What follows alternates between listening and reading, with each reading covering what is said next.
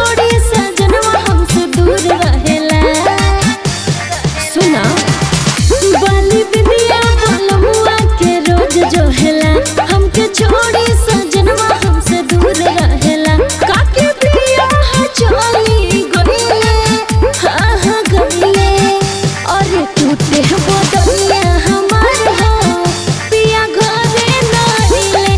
टूटे बदनिया हमार हो पिया घरे न आइले।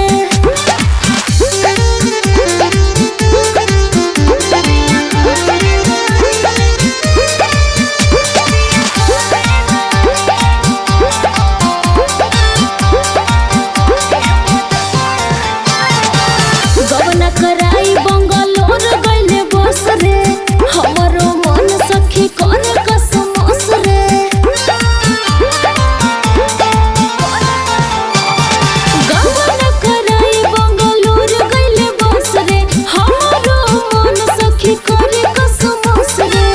सखी जिंदगी तबाह मोर कइले, हाँ हाँ कइले, अरे टूटे बदनिया हमार हो पिया घरे न आइले। टूटे बदनिया हमार हो पिया घरे न आइले।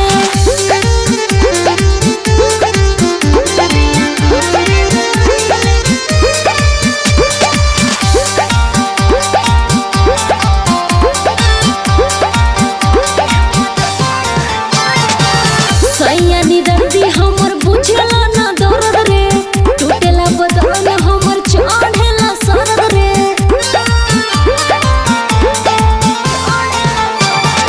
सैयानी दर्दी हमर बुझला ना दर्द रे, टूटेला बदन हमर चढ़ेला सरद रे। लागे हमके उ कहीं भूल गइले, हाँ भूल गइले, अरे टूटे